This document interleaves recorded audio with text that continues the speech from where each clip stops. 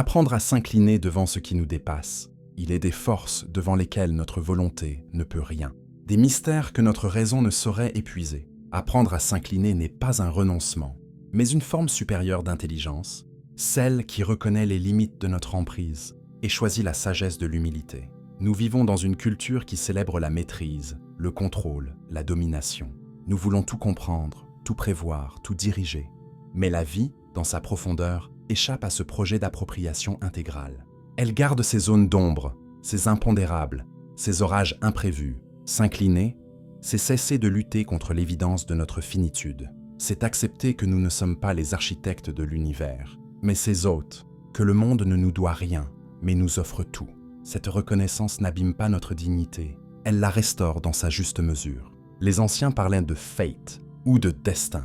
Nous pourrions simplement évoquer la vie elle-même, avec ses lois, son ordre caché, son mouvement perpétuel. S'incliner, c'est épouser ce mouvement plutôt que de lui résister. C'est danser avec le fleuve au lieu de nager à contre-courant. Cette inclination n'a rien de passif. Elle est un acte de conscience, un choix de lucidité. Elle demande un courage plus rare que la révolte, celui de regarder l'immensité en face et de dire « Je ne te posséderai pas, mais je t'accueille ».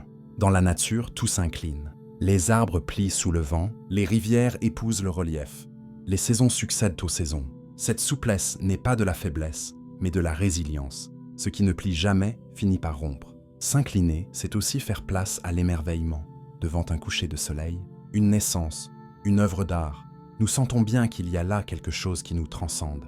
En nous inclinant, nous laissons cette beauté nous traverser plutôt que de vouloir la capturer. Cette attitude transforme notre rapport au temps, à la maladie, à l'amour, à la mort. Elle nous apprend à accompagner plutôt qu'à diriger, à servir plutôt qu'à posséder, à respecter plutôt qu'à exploiter. Peut-être que la véritable liberté commence lorsque nous cessons de vouloir tout contrôler, lorsque nous acceptons de n'être qu'une note dans la grande symphonie du monde. Une note nécessaire, unique, mais consciente de n'être pas toute la musique. S'incliner, ce n'est pas s'effacer, c'est trouver sa juste place dans le grand ordre des choses. C'est goûter la paix profonde de celui qui ne se bat plus contre ce qui est, mais apprend à danser avec. Et dans cette danse, nous découvrons une étrange alchimie. En acceptant de nous incliner, nous grandissons. En reconnaissant ce qui nous dépasse, nous devenons plus vastes. En embrassant notre fragilité, nous touchons à l'éternel.